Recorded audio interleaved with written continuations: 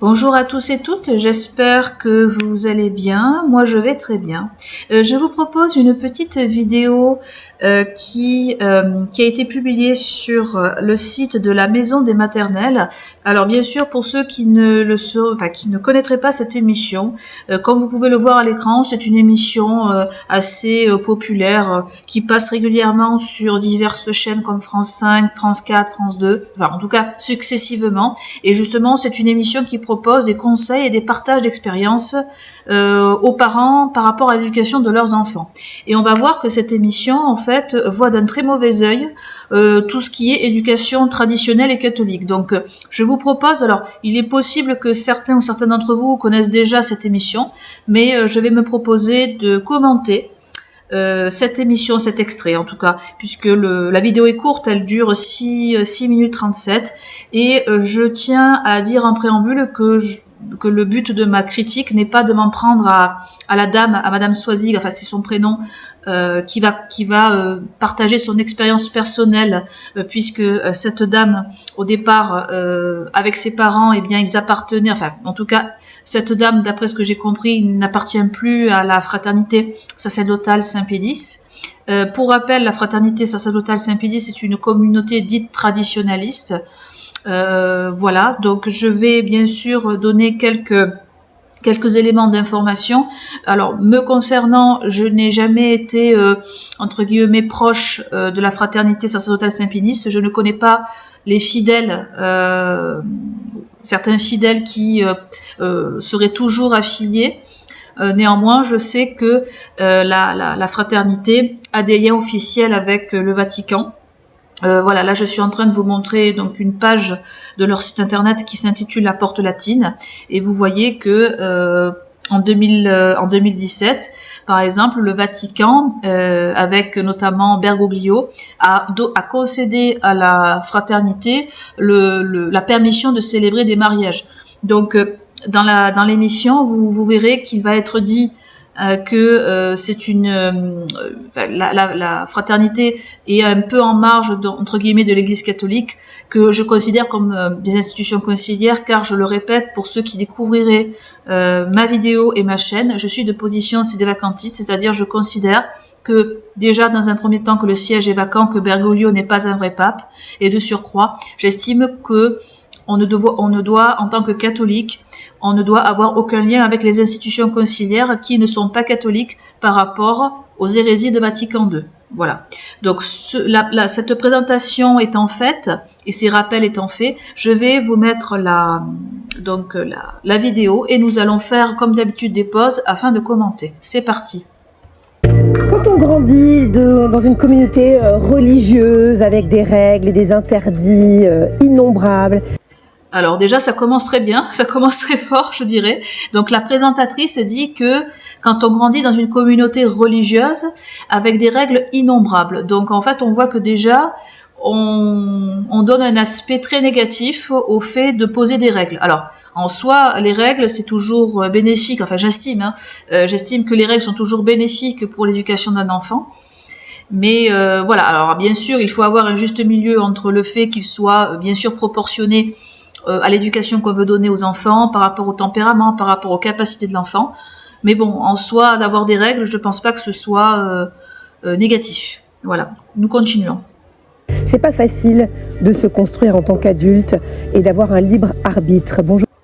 Alors très intéressant, en fait, cette dame fait le lien entre les communautés religieuses, le fait d'avoir grandi dans une société, enfin, voilà, entourée de catholiques, on va dire, et le fait d'avoir un libre arbitre. Alors, ce qui est deux choses totalement différentes, parce que le libre arbitre, c'est quelque chose qui se développe avec la maturité, et le libre arbitre, je le répète, c'est une capacité.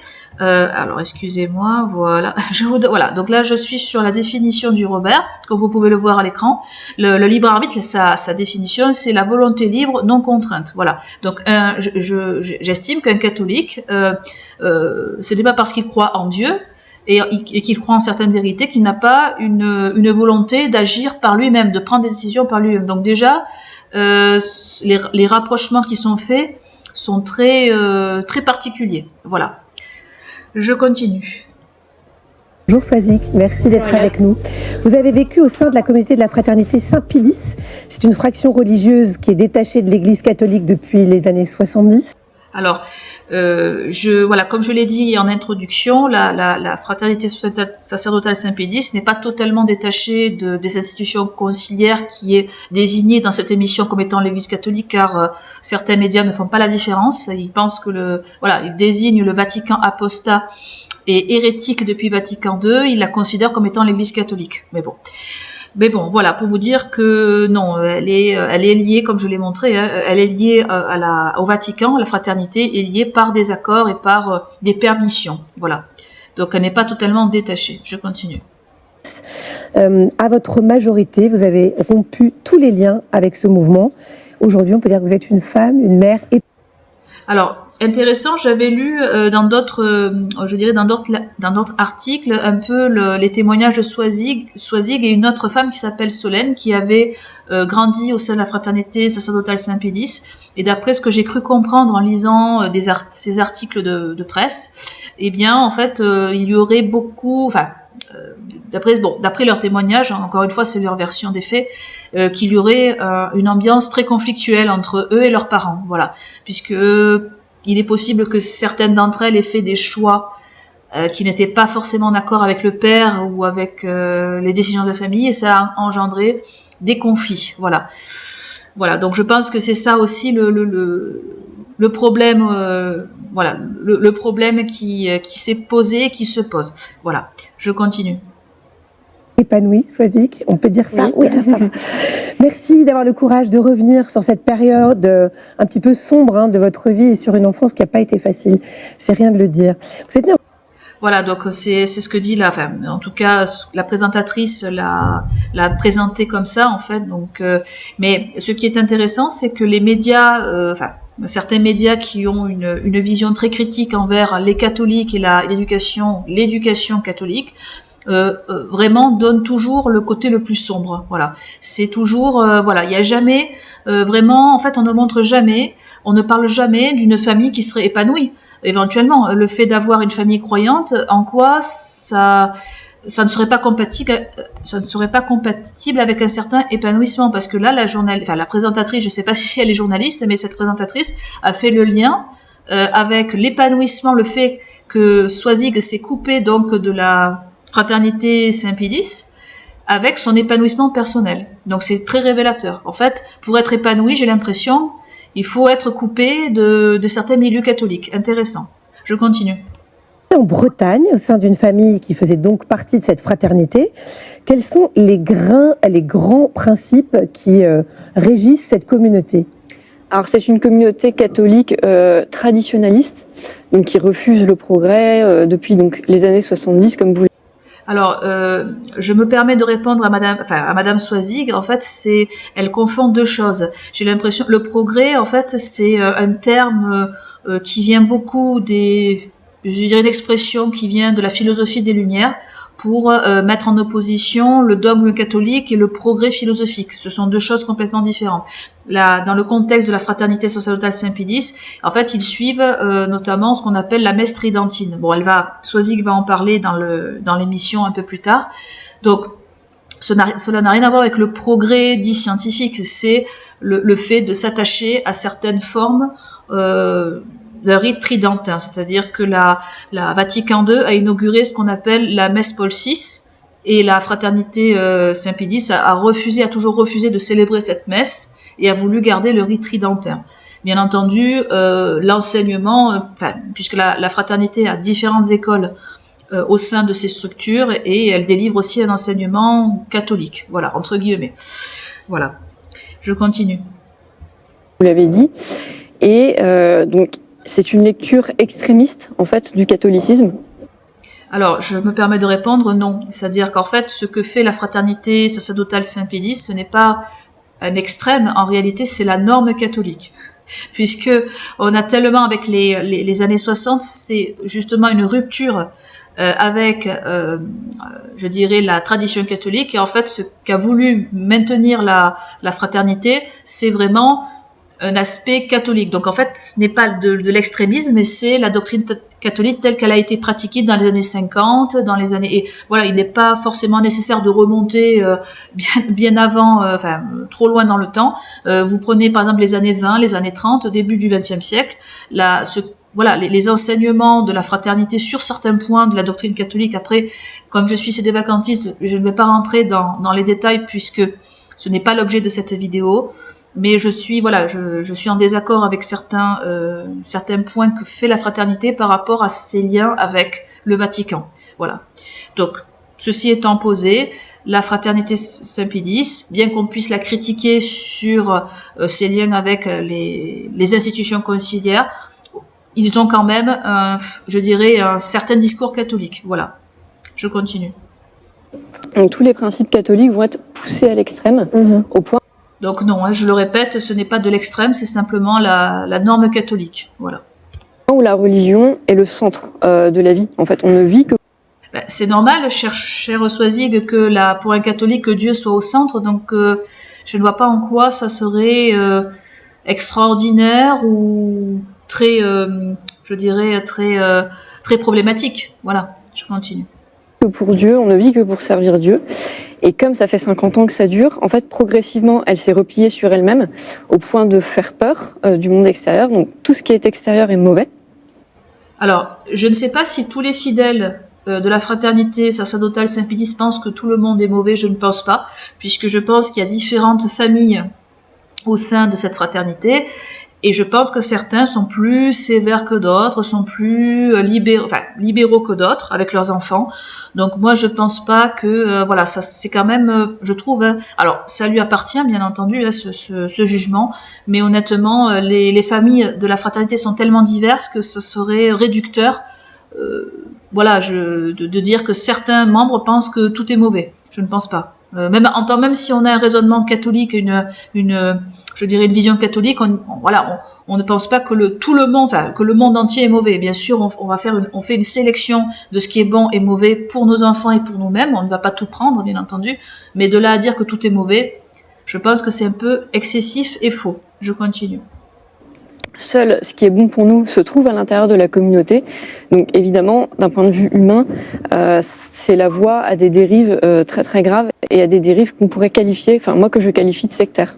Alors très intéressant, depuis de nombreuses années, les opposants et ceux qui sont hostiles à la religion catholique en général, donc ça peut aller des médias à certaines associations ou à certains groupes politiques, à chaque fois en fait qu'on parle des catholiques, qu'on parle d'une certaine frange qui respecte, qui ont un certain mode de vie, eh bien en fait tout de suite c'est associé à des dérives sectaires.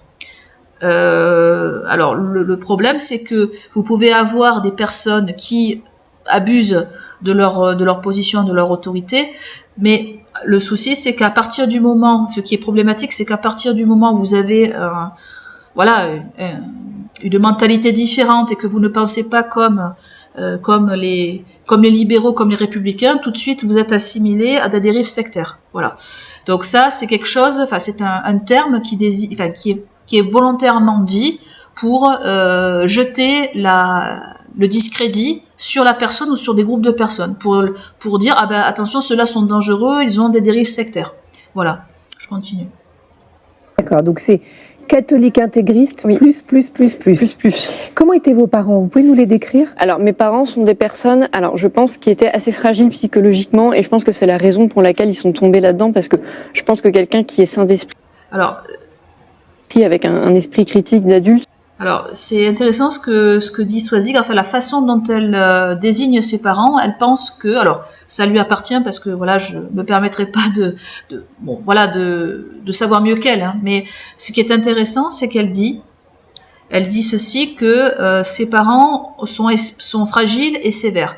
Donc pour elle, la fragilité, le fait d'avoir une doctrine catholique fidèle à une certaine tradition, c'est forcément être dans une fragilité, et ça nous, comment dirais-je, eh bien en fait voilà, vous perdez presque votre esprit critique, ce qui n'a rien à voir, puisque nous pouvons être religieux, adhérer à certaines vérités dogmatiques. Voilà, par exemple, je donne un exemple, le Christ est mort, ressuscité le 3e jour et élevé à la droite de Dieu.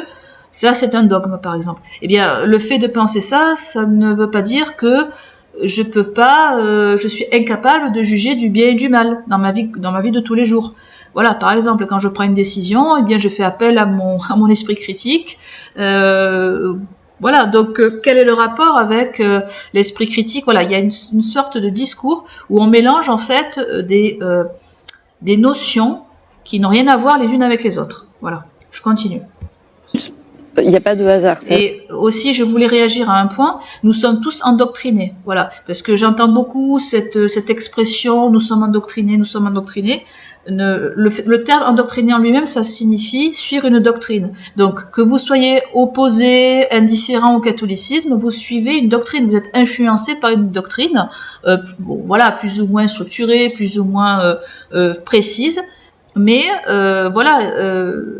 L'endoctrinement, en fait, c'est encore une fois un terme péjoratif pour jeter le discrédit envers des personnes qui croient en Dieu, tout simplement, et en particulier pour les catholiques. Je continue. C'est-à-dire qu'on ne se laisse pas non plus dicter sa vie par des préceptes aussi surannés, quoi. Voilà, exactement.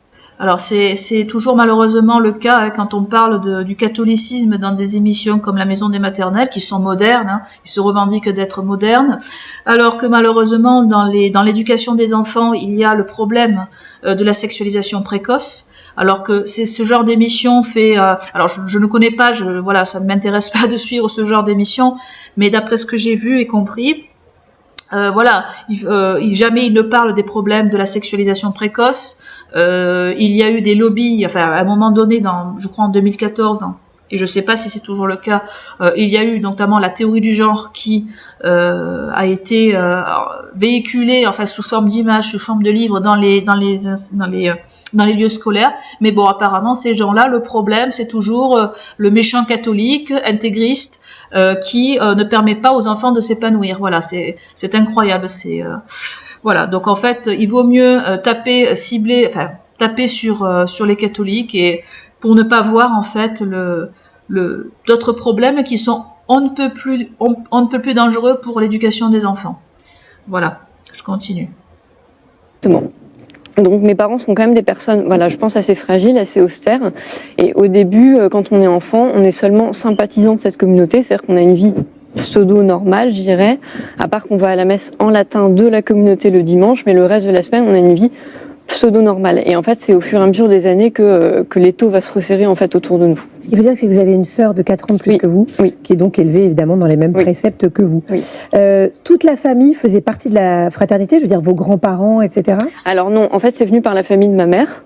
La famille de mon père ne faisait pas partie, donc en fait ma mère a embrigadé mon père. Alors, je me permets de rajouter une chose, à la fraternité, comme dans tout groupe catholique, en général, c'est très, très fréquent que ce soit des familles entières qui se regroupent autour d'institutions et de communautés. Voilà, puisqu'en effet, la communauté en elle-même propose, par exemple, des lieux pour éduquer les enfants, pour les former, etc.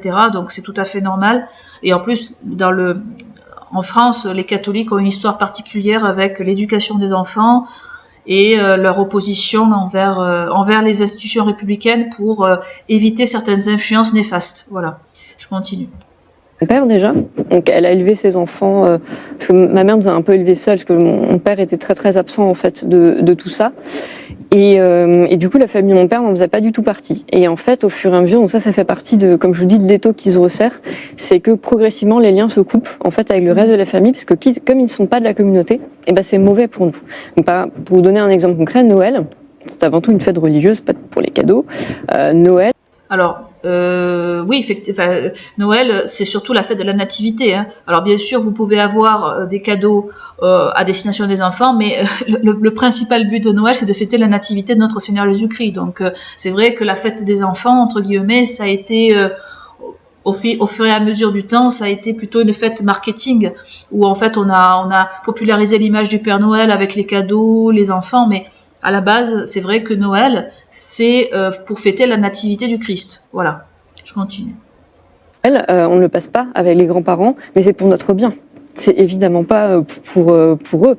C'est Alors, il est possible que Swazik dit vrai. Je ne me permettrai pas de juger. Peut-être que le fait que ses parents interdisaient à sa petite fille, enfin à Swazik, de voir ses grands-parents sous prétexte qu'ils ont une mauvaise influence. Je sais pas en fait. Ça dépend. Si vraiment des personnes, des adultes ont une très mauvaise influence, c'est vrai qu'il vaut mieux ne pas faire en sorte que les enfants les fréquentent.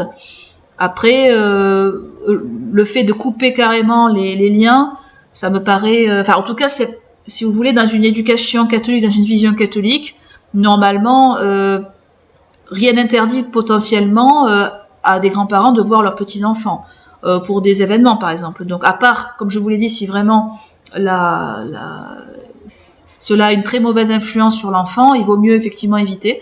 Mais honnêtement, dans l'éducation catholique, je n'ai jamais vu... personnellement, je n'ai jamais eu l'expérience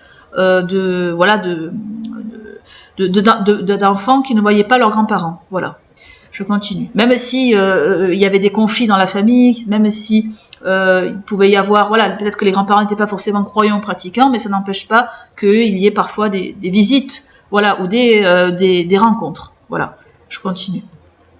Non, mais on fait une bonne action en vous empêchant de passer Noël, parce que ce sont de mauvaises personnes qui vont mal vous influencer et vous éloigner de Dieu. Et donc votre père, il était entre les deux, c'est ça? Ouais, il était un peu entre les deux, et en fait progressivement il va aussi se laisser enfermer, maintenant il en fait autant partie que les autres. D'accord. Comment vous décririez votre enfance? En quoi elle était différente des enfants de votre âge? Ce qu'il y a, c'est que c'est une enfance qui est coupée du monde. Alors au début, c'est juste des petits principes qui sont diffusés en disant n'écoute pas ce qu'on te dit à l'école. Les amitiés sont très vite filtrées. En fait, surtout, plus on grandit, plus ça s'empire en fait. Alors, ce que dit Swazik, je pense qu'elle parle notamment du fait que les parents surveillent les fréquentations des enfants. Alors, effectivement, le fait de grandir dans une famille catholique et d'avoir des préceptes catholiques, vous êtes forcément différent de ceux qui n'ont pas d'éducation catholique. Voilà. Donc ça, vous le constatez, et je ne vois pas en quoi ça serait mauvais ou nocif. Voilà. Ou ce serait extraordinaire qu'on inculque à nos enfants certaines valeurs. Voilà. Surtout que nous estimons que les valeurs que nous inculquons à nos enfants sont positives, et justement, ça leur permettra après de devenir des adultes justement épanouis, contrairement à ce qu'a dit la présentatrice. Au contraire, je pense que une famille qui élève bien ses enfants, où le père est présent, où la mère est présente, où les enfants ont une certaine protection faite par leurs parents dès le plus jeune âge, je pense que ça fait des adultes responsables épanouis. Voilà, je continue. Plus on peut prendre notre indépendance, plus on nous empêche de le faire, et ça va être un peu complexe à vivre par la suite. Donc chaque copine que vous rameniez à la maison, passer un casting au niveau de ses valeurs, etc. Exactement. J'imagine. Et il faut que ça corresponde à leurs valeurs. Évidemment, si je pars un week-end chez une copine, il faut que je sois rentrée le dimanche matin pour la messe, parce que sinon je vais aller en enfer. Si je rate une messe, c'est la fin du monde.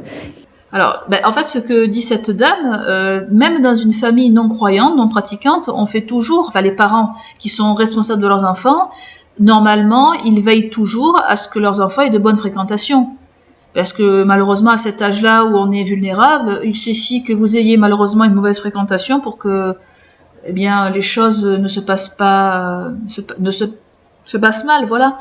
Donc, en fait, ce que dit cette dame, on peut retrouver le même bon sens, même dans des familles non pratiquantes. Alors bien entendu, en étant catholique, on a en plus des valeurs supplémentaires qui font que on ne fait pas n'importe quoi. Alors la messe est importante. Après, normalement, effectivement, c'est une obligation pour un catholique d'assister à la messe le dimanche. Il peut y avoir des raisons pour ne pas y assister parce qu'on, je sais pas, on est loin, on est fatigué. Bref, il y a toutes sortes de raisons. Mais c'est vrai qu'une messe, oui, effectivement, la messe est importante pour l'âme d'un catholique. Je continue. Donc rien d'exceptionnel dans ce qu'elle dit.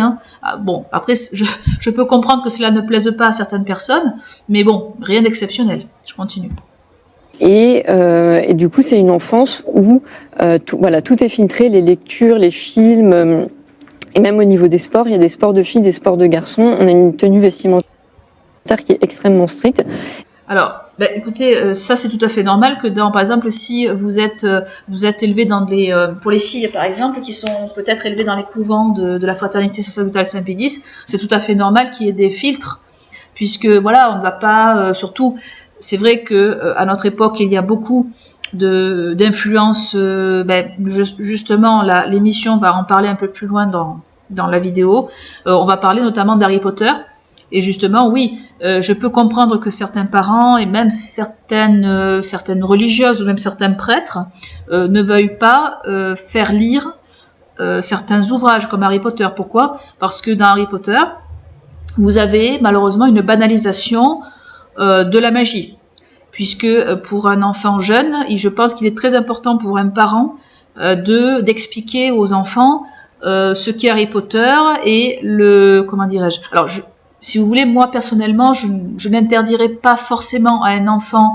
Enfin, je le ferais plutôt à l'adolescent. C'est-à-dire que c'est vrai que si un enfant est jeune, je préfère lui donner des lectures vraiment catholiques pour que il soit bien influencé par la bonne doctrine. Par exemple, lui faire lire le catéchisme, par exemple, puisque c'est vrai que je l'avoue, il vaut mieux un enfant très très jeune qu'il ait les bases, enfin au niveau de l'éducation, qu'il ait les bases vraiment de la religion, et puis après progressivement, lorsqu'il, par exemple, devient adolescent, on peut lui faire découvrir des œuvres profanes, dont Harry Potter, mais avec toujours en expliquant, en étant présent, puisque malheureusement Harry Potter n'a pas toujours cette bonne influence, puisqu'il y a des références à la magie, et la magie, ce n'est pas anodin, puisque des gens y croient à la magie, hein, c'est pas un folklore totalement détaché de la réalité. Il y a vraiment des personnes qui pratiquent les arts sombres, des arts occultes, pour obtenir des faveurs, pour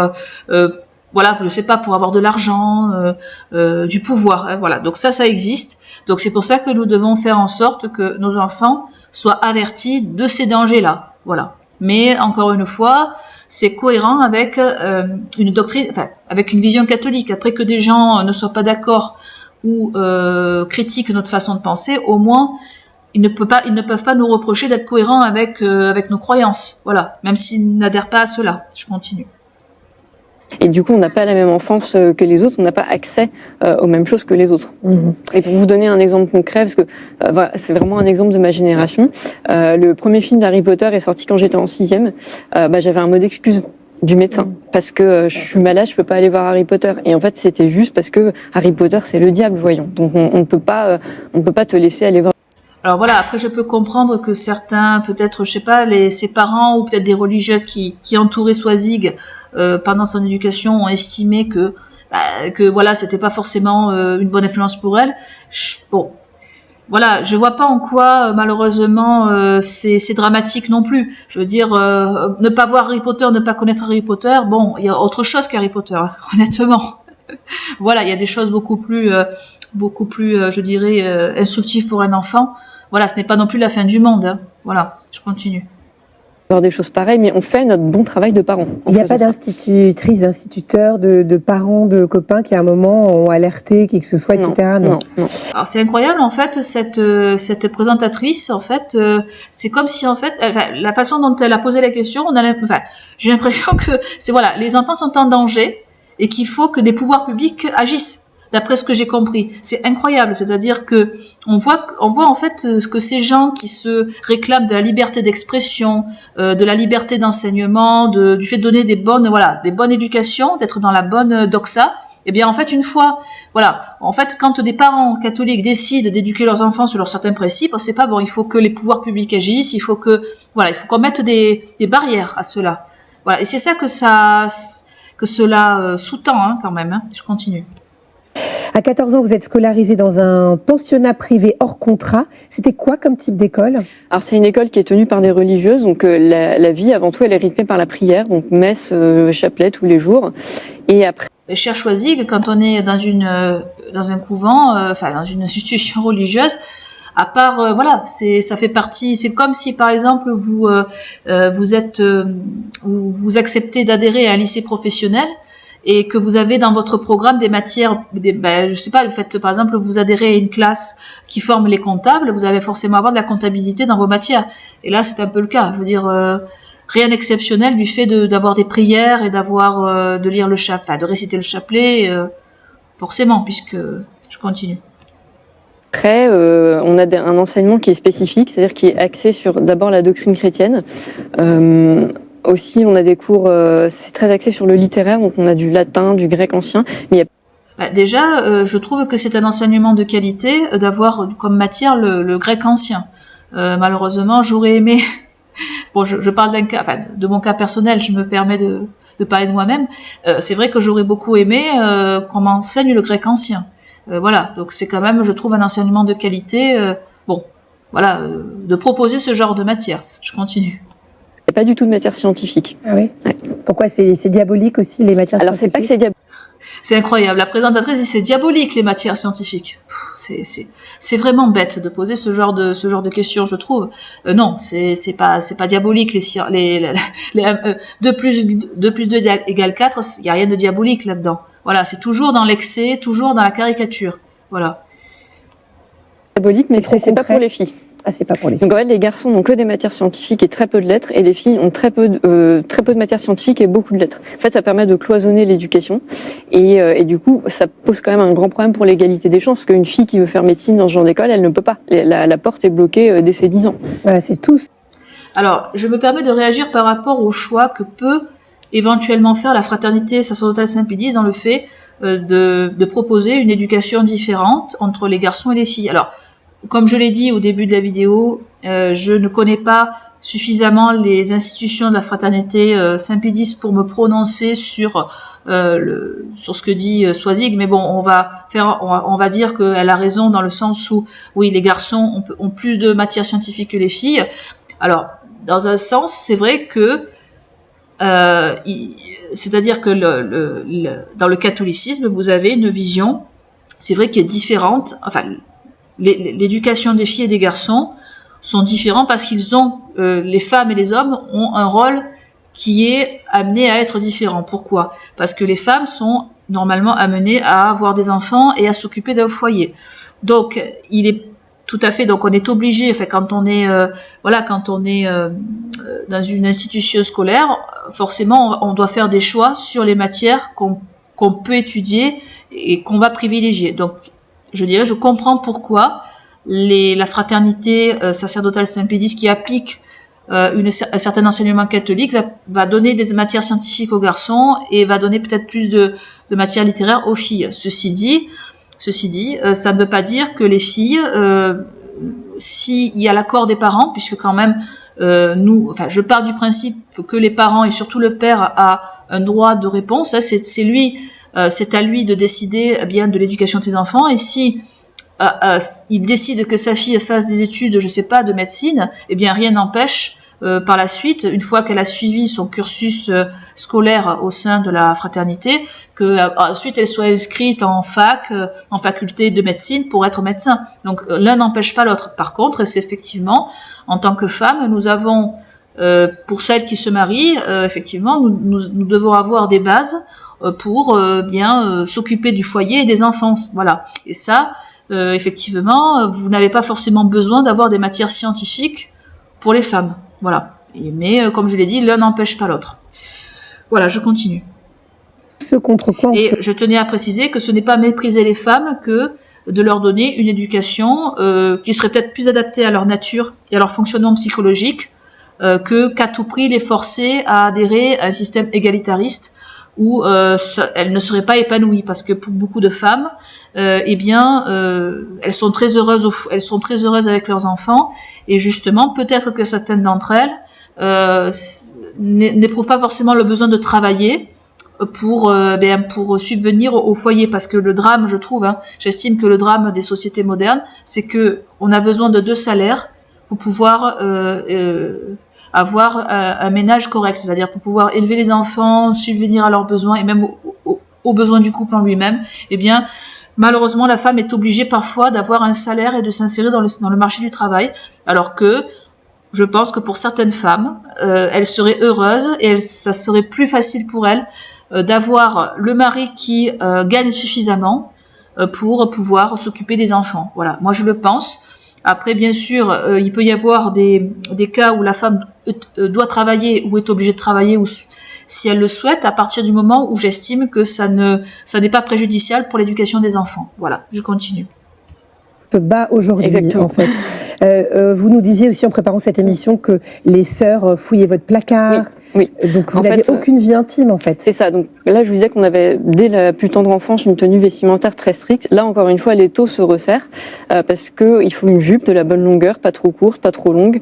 Il y a un code couleur qui est extrêmement strict. Et quand on arrive avec notre valise le lundi matin et qu'on range nos affaires dans nos armoires, s'il y a Après, je ne vois pas en quoi c'est encore une fois exceptionnel ou très mauvais d'avoir un code vestimentaire qui garantit que les enfants soient bien habillés. Le fait que les filles aient des robes avec peut-être des mantilles aux cheveux lorsqu'elles vont à la messe, et même des dames après une fois qu'elles grandissent, qu'elles deviennent des jeunes filles ou des jeunes femmes, en quoi c'est scandaleux, c'est voilà. Donc ça garantit simplement une habitude qui pourrait, et on l'espère, hein, pour le bon équilibre des individus, que ce soit les garçons ou les filles, et bien qu'ils puissent justement avoir une certaine pudeur lorsqu'ils interagissent entre eux, voilà. Donc justement, c'est la pudeur en fait au départ garantit de bons rapports en fait, justement. Je continue. quelque chose de noir, c'est jeté parce que noir c'est la couleur du diable. S'il y a quelque chose de rouge, Alors, c'est très surprenant que Soisy dit que la couleur du noir, c'est diabolique. Très, très étrange, parce que le noir, en fait, on le porte pendant le deuil. Donc, je ne comprends pas pourquoi... voilà, c'est très bizarre. C'est bizarre. Si vraiment des religieuses de la fraternité font cela, voilà, j'estime que c'est pas très crédible, en fait. Hein, bon, voilà, je peux me tromper, mais franchement, le noir, en quoi c'est diabolique? Après, ça dépend. Si par exemple on met du maquillage, on met des symboles, je sais pas, qui occultes ou sataniques, enfin, voilà, avec des pentagrammes, ce genre d'accoutrement, en fait, qui est associé peut-être à une mode gothique. Je peux comprendre que il y a un code vestimentaire, enfin dans le noir, mais le noir en lui-même, je pense pas que ce soit diabolique. Voilà, je continue. c'est jeté. Exactement pareil. On ne peut pas faire rentrer un livre sans que ce soit filtré. Et le contrôle. Mais encore une fois, je le répète, au risque d'être redondante, il est tout à fait normal qu'un pensionnat, surtout avec des religieuses, filtre les lectures pour éviter que justement les jeunes filles en fait lisent des lectures inappropriées, surtout à notre époque, puisqu'il y a vraiment beaucoup de choses dont un enfant, j'estime, ne doit pas être confronté. Au contraire, le fait qu'il y ait une certaine rigueur, une certaine discipline, sans que bien sûr ce soit excessivement pesé sur les enfants. Voilà, je dirais la base de la base. Au contraire, c'est la garantie d'un bon fonctionnement et du fait que l'enfant ait des bases plus tard et un certain équilibre. Je continue. Le contrôle va même jusqu'à ce qu'on doive faire des comptes rendus écrits de ce qu'on fait le week-end. Et justement, les week-ends, ça se passait comment? Alors les week-ends, il y a très peu de place pour les week-ends parce que déjà il y a beaucoup de pression scolaire. En fait, ça les permet de nous maintenir en tension perpétuelle. On a beaucoup de travail trop en fait pour des enfants de notre âge. Et il reste très peu de temps puisqu'il y a la messe dominicale et après il faut rendre compte de ce qu'on a fait. Donc si on a le malheur de regarder un film, on est souvent collé le week-end suivant.